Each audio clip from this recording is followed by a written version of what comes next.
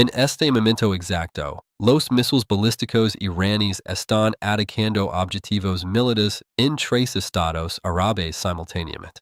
Tehran afirma haber golpeado bases aéreas saudis, instalations navals omaníes y centros de mando jordanos con armas de precisión. Esto representa la mayor operación militar coordinada de Irán más allá de sus fronteras desde la guerra Irán-Irak de 1980 to 1988, transformando las tensiones regionales en una guerra activa en múltiples frentes que amenaza con envolver todo el Golfo Pérsico y arrastrar a las fuerzas estadounidenses a un combate directo en cuestión de horas. Permitime explicar exactamente lo que sucedió en las últimas 6 horas. A las 0320 horas, hora local, de esta mañana, martes 10 de marzo de 2026, las sirenas de alerta área se activaron simultáneamente en la base aérea Príncipe Sultan en Arabia Saudita, la base aérea Al-Muzena en Omán y la base aérea Muwafaq Salt en Jordania. En 90 segundos, los sistemas de seguimiento por satellite detectaron múltiples lanzamientos de misiles balísticos desde territorio iraní. A las 0322 horas, el Cuerpo de la Guardia Revolucionaria Islámica de Irán emitió un comunicado a través de su canal de Telegram CIPA News reclamando la responsabilidad por lo que llamó Operación Venganza del Mártir Soleimani, dirigida a lo que Teherán describe como bases que albergan activos militares estadounidenses y apoyan operations contra los intereses iraníes. A las 0325 horas, se reportaron explosions en la base aérea Príncipe Sultan, aproximadamente a 115 kilómetros al sureste de Riyadh, donde Estados Unidos mantiene una presencia militar significativa, incluyendo escuadrones de casas F-15 y baterías de defensa de misiles Patriot. A las 0327 horas, ocurrieron explosions secundarias en la base aérea Al-Muzena de Omán, en la costa del Golfo de Omán, una instalación que ha albergado discretamente aviones de vigilancia estadounidenses y operations de reabastecimiento a pesar de la postura neutral oficial de Omán. A las 0329 horas, se confirmaron impactos en la base aérea Muwafaq Salt de Jordania, cerca de Azraq, aproximadamente a 100 kilómetros al este de Omán, donde las fuerzas de operations especiales estadounidenses han mantenido un centro de contraterrorismo desde 2014.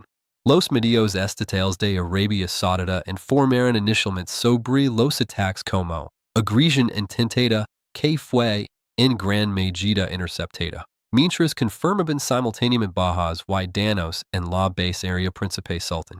El gobierno de Omán no emitió ninguna declaración inmediata, manteniendo el característico silencio diplomático, incluso mientras circulaban videos en las redes sociales mostrando incendios en instalaciones militares costeras. Las Fuerzas Armadas de Jordania reconocieron impactos de proyectiles hostiles en instalaciones militares, pero no proporcionaron cifras de bajas. El Comando Central de Estados Unidos publicó en las redes sociales a las 0355 horas confirmando su conocimiento de los ataques y afirmando que las evaluaciones de daños y bajas estaban en curso. Esa evaluación sigue en curso en este momento. El Ministerio de Relaciones Exteriores de Irán emitió un comunicado a las 4:10 horas justificando los ataques como una acción defensiva legítima contra bases utilizadas para lanzar agresiones contra la nación iraní, haciendo referencia a las recientes tensiones sobre instalaciones nucleares y confrontaciones marítimas en el Golfo Pérsico. Hasta el momento de esta grabación, 6 horas después de los ataques iniciales, las cifras de víctimas siguen sin confirmarse, pero múltiples informes sugieren al menos 12 muertes, incluyendo personal militar estadounidense, con decenas de heridos. Las operaciones de rescate y extinción de incendios continúan en las 3 bases atacadas. Para entender lo que Irán acaba de decir, es necesario comprender los sistemas de armas específicos involucrados en esta operación. Según evaluaciones preliminares de analistas de defensa que monitorean los ataques, Irán desplegó su misil balístico de alcance medio GADREF, Una variante significativamente maggiorata del Shahab. 3K ha estado operativo desde 2007. El Gadaref representa un avance crítico en la tecnología de misiles iraní con un alcance de aproximadamente 2,000 kilómetros, cubriendo fácilmente los tres objetivos atacados esta mañana desde sitios de lanzamiento en el oeste de Irán. Este misil leva una cabeza de guerra de 750 kilogramos, y cuenta con tecnología de separación de cabezas de guerra que dificulta la intercepción durante la fase terminal de vuelo. El Gadaref vuela a velocidades que superan Mach 10 durante la reentrada, dando a los defensores solo minutos para detectar, rastrear y enfrentar las amenazas entrantes. Aún más preocupante es el sistema de guía. Las evaluaciones de inteligencia indican que Irán ha integrado la guía GPS combinada con tecnología de coincidencia de esquinas ópticas, logrando una precisión de error circular probable de aproximadamente 100 a 300 metros. Eso significa que estos misiles pueden golpear de manera confiable edificios específicos dentro de grandes instalaciones militares en lugar de simplemente impactar en algún lugar dentro de un área objetivo de varios kilómetros cuadrados.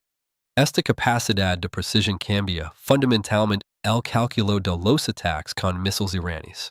Las generaciones anteriores de misiles balísticos iraníes servían principalmente como armas de terror diseñadas para demostrar capacidad y intimidar a los adversarios a través de un poder destructivo que se extendía por amplias áreas. El Gadaref con guía de precisión transforma los misiles iraníes en verdaderas armas militares capaces de destruir objetivos específicos de alto valor, como pistas de aterrizaje, instalaciones de almacenamiento de combustible, centros de mando y refugios para aeronaves. Los misiles que Irán disparó esta mañana no fueron lanzados en dirección general a Arabia Saudita con la esperanza de lograr impactos afortunados. Estos fueron ataques de precisión dirigidos a degradar capacidades militares específicas en bases cuidadosamente seleccionadas. Los analistas de defensa que examinan las imágenes satelitales tempranas de la base aérea Príncipe Sultan están identificando impactos agrupados alrededor de las áreas de almacenamiento de combustible y las plataformas de estacionamiento de aeronaves. Exactamente los objetivos que se atacarían para maximizar la interrupción operativa mientras se minimiza el desafío defensivo de interceptar cada ojiva entrante. Déjame explicar por qué ese objetivo es estratégicamente importante. La base aérea Príncipe Sultan alberga aproximadamente a 2,500 personal militar estadounidense y un poder aéreo significativo, incluidos los cazabombarderos F-15 y Strike Eagle, capaces de alcanzar el territorio iraní en 30 minutos desde el lanzamiento. Al atacar el almacenamiento de combustible y el estacionamiento de aeronaves, Irán busca inmovilizar temporalmente ese poder aéreo, sin necesariamente causar bajas masivas estadounidenses que harían que una represalia masiva fuera políticamente inevitable. Es un ataque calculado diseñado para demostrar capacidad mientras teóricamente proporciona una salida para la desescalada. Pero aquí es donde el cálculo de Irán se vuelve extremadamente peligroso. La base aérea Muafafac Salta de Jordania alberga fuerzas de operations especiales estadounidenses, unidades de inteligencia y operations de drones que apoyan misiones de contraterrorismo, pero también realizan vigilancia de las actividades iraníes en Siria y Irak. Atacar esa base señala la conciencia de Irán sobre las operations de inteligencia estadounidenses y su disposición a atacar directamente no solo a fuerzas convencionales, sino también a la infraestructura de la guerra en la sombra. Omán representa una selección de objetivos aún más compleja. Omán ha mantenido cuidadosamente relations neutrales tanto con Irán como con Estados Unidos, sirviendo como intermediario diplomático y ruta de comunicación clandestina durante crisis anteriores. Al atacar el territorio omaní que alberga activos estadounidenses, Irán demuestra que la neutralidad proclamada no ofrece protección si las instalaciones apoyan operaciones estadounidenses que Teherán considera amenazantes. Esto destruye el papel tradicional de Omán como terreno neutral seguro y elimina uno de los pocos estados regionales en los que tanto Washington como Teherán confían como mediador honesto. La respuesta de defensa de misiles nos proporciona información crítica sobre el compromiso. Arabia Saudita opera sistemas de defensa de misiles Patriot de fabricación estadounidense con aproximadamente 12 baterías desplegadas en todo el reino, incluyendo múltiples baterías que protegen específicamente la base aérea Príncipe Sultan y la capital Riyadh. Informes iniciales sugieren que las baterías Patriot Sauditas intervenirán contra múltiples misiles entrantes, pero lograron resultados de intercepción mixtos. Algunos misiles fueron destruidos durante el vuelo en medio del trayecto, mientras que otros penetraron las defensas y impactaron sus objetivos. Esto refleja el rendimiento mixto que hemos visto de los sistemas Patriot defendiendo contra ataques anteriores de misiles y drones iraníes.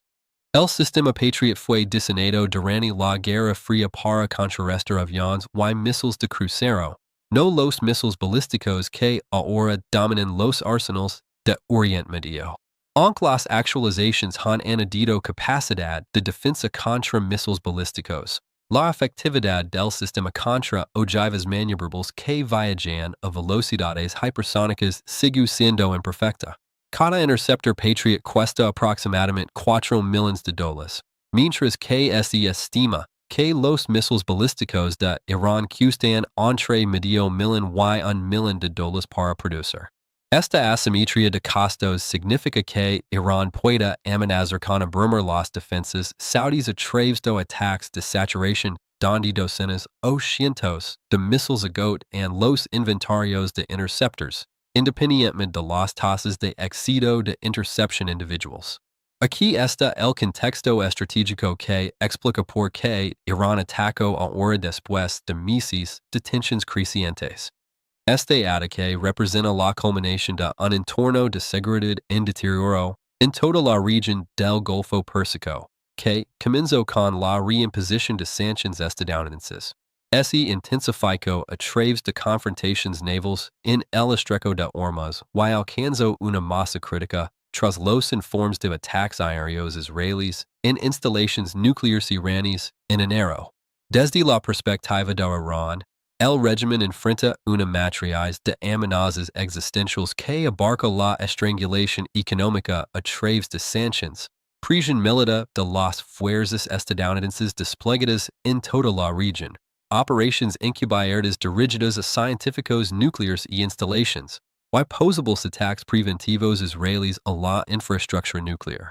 La doctrina estratégica iraní enfatiza la disuasión a través de la capacidad demostrada para imponer costos inaceptables a los adversarios. Al atacar simultáneamente tres bases en tres países árabes diferentes, Irán comunica varios mensajes estratégicos al mismo tiempo. Primero, Irán posee la capacidad de inteligencia para identificar los despliegues de fuerzas estadounidenses incluso en instalaciones que no se reconocen oficialmente como que albergan una presencia estadounidense significativa. En segundo lugar, Irán puede coordinar ataques complejos contra múltiples objetivos que requieren una planificación precisa del tiempo y la trayectoria. En tercer lugar, Irán está dispuesto a cruzar líneas rojas anteriores al atacar directamente al personal y las instalaciones militares estadounidenses en lugar de limitar los ataques a fuerzas proxy o acosos marítimos. En cuarto lugar, Irán puede amenazar a cualquier estado del Golfo que albergue fuerzas estadounidenses, eliminando el santuario percibido que proviene de la distancia geográfica o de las relaciones diplomáticas. Según LDR, Afshan Ostavar, profesor asociado de Asuntos de Seguridad Nacional en la Escuela de Postgrado Naval y autor de Vanguardia del Imán, Religión, Política y los Guardianes de la Revolución de Irán. El cuerpo de los Guardianes de la Revolución de Irán ha estado planeando este tipo de operación durante años como un elemento disuasorio contra attacks estadounidenses o Israelis a las instalaciones nucleares iraníes. En un análisis de 2024 para el Instituto del Medio Oriente, el Dr. Ostavar explicó que la fuerza de misiles de Irán representa el núcleo de su estrategia de disuasión militar, compensando la inferioridad de la fuerza convencional a través de la capacidad demostrada para atacar objetivos de alto valor en toda la región. El momento de esta operación revela un cálculo crítico por parte del liderazgo iraní. Atacar antes de que ocurra cualquier ataque estadounidense o israelí transforma la postura de Irán de represalia defensiva a agresión preventiva. Esto representa un cambio significativo en la doctrina militar iraní, abandonando la preferencia anterior por permitir que los adversarios asuman la carga de disparar los primeros tiros. ¿Por qué Irán haría este cambio ahora? Convergen múltiples factors. Los informes de inteligencia sugieren que Irán cree que los ataques israelíes o estadounidenses a instalaciones nucleares son inminentes en días o semanas. En lugar de esperar a absorber esos ataques y luego retaliar desde una posición de daño y disrupción, Irán ha optado por atacar primero, demostrando capacidad mientras la infraestructura permanece intacta y sorprendiendo a los adversarios en una postura de paz. Además, Irán enfrenta una severa presión económica y política interna debido a años de sanciones, los impactos del COVID-19 y las protestas populares contra la mala gestión del régimen. La facción dura dentro de la estructura de liderazgo de Irán, particularmente dentro del cuerpo de la Guardia Revolucionaria, ha argumentado durante mucho tiempo que solo una acción militar dramática que demuestra fuerza puede restaurar la credibilidad del régimen y disuadir a los adversarios de creer que Irán puede ser atacado con impunidad. Esta operación sirve propósitos políticos internos al movilizar el sentimiento nacionalista y silenciar a los críticos que afirman que el régimen es débil. Desde la perspectiva de Arabia Saudita, este ataque representa un escenario de pesadilla que Riyadh ha tratado de evitar a través de un acercamiento diplomático a Teherán en los últimos años. El príncipe heredero saudí Mohammed bin Salman ha buscado la normalización diplomática con Irán, reabriendo embajadas y llevando a cabo diálogos destinados a reducir las tensiones. Esos esfuerzos han colapsado ahora. Arabia Saudita no puede soportar ataques de misiles balísticos en bases militares que albergan fuerzas estadounidenses sin responder. Sin embargo, Arabia Saudita también carece de la capacidad militar para llevar a cabo una represalia efectiva contra objetivos iraníes sin el apoyo directo de Estados Unidos. La Fuerza Aérea de Arabia Saudita posee avanzados casos F-15 estadounidenses y Typhoon europeos que teóricamente son capaces de atacar objetivos iraníes, pero Arabia Saudita carece de las capacidades de ataque penetrante. La infraestructura de inteligencia y la capacidad de reabastecimiento aéreo necesarias para llevar a cabo operaciones sostenidas contra las defensas aéreas iraníes y las instalaciones militares endurecidas. Esto obliga a Arabia Saudita a depender de la acción militar estadounidense para responder a la agresión iraní. Jordania enfrenta una vulnerabilidad aún más aguda. Como un estado pequeño con capacidades militares limitadas, Jordania ha equilibrado cuidadosamente las relaciones con Estados Unidos, Israel y los vecinos árabes mientras evita antagonizar a Irán. Al atacar Jordania, Irán ha forzado a Omán a una crisis que desesperadamente quería evitar. Jordania no puede retaliar militarmente contra Irán, pero no puede parecer aceptar ataques en su territorio sin respuesta. Esto ejerce una enorme presión sobre el rey Abdullah II para apoyar la acción militar estadounidense. Aunque tal apoyo arriesga convertir a Jordania en un objetivo continuo de los ataques iraníes. La situación de Omán es quizás la más trágica. Omán ha servido como la Suiza de la región, manteniendo relaciones neutrales con todas las partes y facilitando el diálogo durante las crisis. El Sultan Haytham bin Tariq ha continuado la política de mediación y neutralidad de su predecesor, el Sultan Qaboos. Al atacar el territorio omani, Irán ha destruido la credibilidad de Oman como intermediario neutral. Los futuros esfuerzos diplomáticos no pueden depender de la facilitación omani cuando Oman mismo es ahora un objetivo y parte del conflicto. Esto elimina uno de los pocos canales a través de los cuales podría ocurrir un diálogo de desescalada. Desde la perspectiva de América, este ataque crea una presión inmediata y severa para una respuesta militar. Personal militar estadounidense ha sido muerto y herido en un ataque deliberado con misiles balísticos iraníes. Ningún presidente estadounidense puede absorber tal ataque sin represalias y esperar mantener credibilidad para la disuasión a nivel mundial.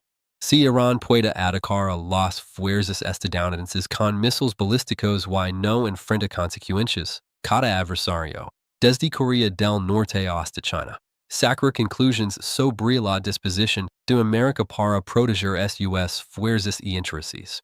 La presión política interna para represalias será abrumadora, independientemente de que administración ocupe actualmente la Casa Blanca.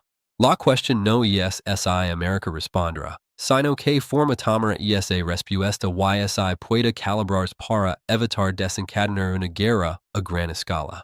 Hay tres escenarios sobre cómo se desarrolla esta crisis en las próximas 48 a 72 horas, y cada uno lleva a resultados drásticamente diferentes. El escenario 1 es una retaliación estadounidense controlada seguida de una desescalada negociada. Esto representa el camino estrecho donde la violencia permanece limitada y la diplomacia eventualmente produce una salida. Esto es lo que requiere este escenario. Estados Unidos lleva a cabo ataques aéreos de precisión contra objetivos militares iraníes específicos directamente relacionados con los ataques con misiles de esta mañana. Los objetivos probables incluyen los sitios de lanzamiento de misiles utilizados para la operación de hoy, las instalaciones de mando del cuerpo de la Guardia Revolucionaria asociadas con las fuerzas de misiles y, posiblemente, las bases navales iraníes en el Golfo Pérsico desde las cuales podrían lanzar futuros ataques. Estos ataques estarían cuidadosamente calibrados para causar daños militares significativos sin producir bajas militares iraníes masivas o golpear objetivos con alta proximidad civil. El elemento clave es que los ataques estadounidenses se dirigen a las capacidades militares iraníes en lugar de la infraestructura económica o civil más amplia. No hay ataques a instalaciones petroleras, no hay ataques a ciudades, no hay ataques a instalaciones nucleares. El objetivo es el castigo y la degradación de la capacidad ofensiva iraní, dejando espacio para la desescalada en lugar de provocar la percepción iraní de que la supervivencia del régimen está en juego. Para que este escenario funcione, Irán debe aceptar estos ataques de represalia estadounidenses sin lanzar una segunda ola de ataques. Eso requiere que Irán reclame victoria a través de sus ataques iniciales mientras caracteriza la represalia estadounidense como una respuesta esperada y limitada que demuestra la falta de voluntad estadounidense para escalar más. Los medios estatales iraníes enmarcarían el intercambio como Irán demostrando su capacidad para atacar a las fuerzas estadounidenses, mientras que la represalia estadounidense no logra evitar que Irán lleve a cabo la operación. Esto permite que ambas partes reclamen éxito mientras se crea espacio para el compromiso diplomático. Los canales diplomáticos se activarían de inmediato, probablemente a través de intermediarios europeos, y que el papel tradicional de Oman ahora está comprometido. Francia, Alemania o posiblemente Rusia podrían ofrecer servicios de mediación. Las discusiones preliminares se centrarían en establecer protocolos de comunicación para prevenir una mayor escalada militar, mientras que las negociaciones a más largo plazo abordarían la disputa nuclear subyacente, las sanciones y la arquitectura de seguridad regional. Estimo que la probabilidad de este escenario es de aproximadamente el 30%. Es posible, pero require una contención extraordinaria de todas las partes en conditions de enorme presión política interna para la escalada. El principal obstáculo es que los duros de Irán llevaron a cabo esta operación específicamente para demostrar disposición a escalar en lugar de negociar desde una posición de debilidad, lo que dificulta que Teherán acepte ataques de represalia, y luego entre inmediatamente en negociaciones que podrían percibirse como una capitulación bajo presión. El escenario 2 es una confrontación militar regional sostenida sin guerra a gran escala. Esto representa la vía de escalada controlada donde ambas partes continúan las operaciones militares, pero dentro de límites no expresados diseñados para evitar una escalada catastrófica. Así es como se desarrolla. Estados Unidos lleva a cabo ataques aéreos contra objetivos militares iraníes como se describe en el escenario 1. Sin embargo, Irán responde con una segunda ola de ataques, esta vez ampliando los objetivos para incluir instalaciones adicionales de estados del Golfo que albergan fuerzas estadounidenses, posiblemente atacando bases estadounidenses en Irak, while llevando a cabo operations navals en el Golfo Pérsico, incluyendo hostigamiento o ataques a la navegación comercial. Estas operations iraníes se mantienen por debajo del umbral de atacar portaaviones estadounidenses o llevar a cabo ataques masivos contra fuerzas estadounidenses, pero demuestran una capacidad sostenida para operations militares continuas. Los Estados Unidos luego amplían su respuesta militar, llevando a cabo ataques aéreos adicionales mientras despliegan grupos de ataque de portaaviones, aviones bombarderos y sistemas de defensa de misiles basados en tierra en la región. Las fuerzas estadounidenses comienzan a escoltar el transporte comercial a través del Golfo Pérsico y el estrecho de Hormuz mientras realizan operaciones de libertad de navegación que desafían directamente las reclamaciones iraníes. Esto crea un estado de conflicto sostenido de baja intensidad donde los ataques y contraataques continúan durante días o semanas. Los estados de la región se involucran cada vez más a medida que Irán activa fuerzas proxy. Las fuerzas Houthis en Yemen aumentan los ataques contra Arabia Saudita. Hezbollah en el Líbano se moviliza a lo largo de la frontera norte de Israel, creando un segundo frente potencial. Los grupos de milicias iraquíes alineados con Irán realizan ataques contra las fuerzas estadounidenses estacionadas en Irak. El conflicto se vuelve regional y multidimensional en lugar de estar confinado a intercambios directos entre Estados Unidos y Irán.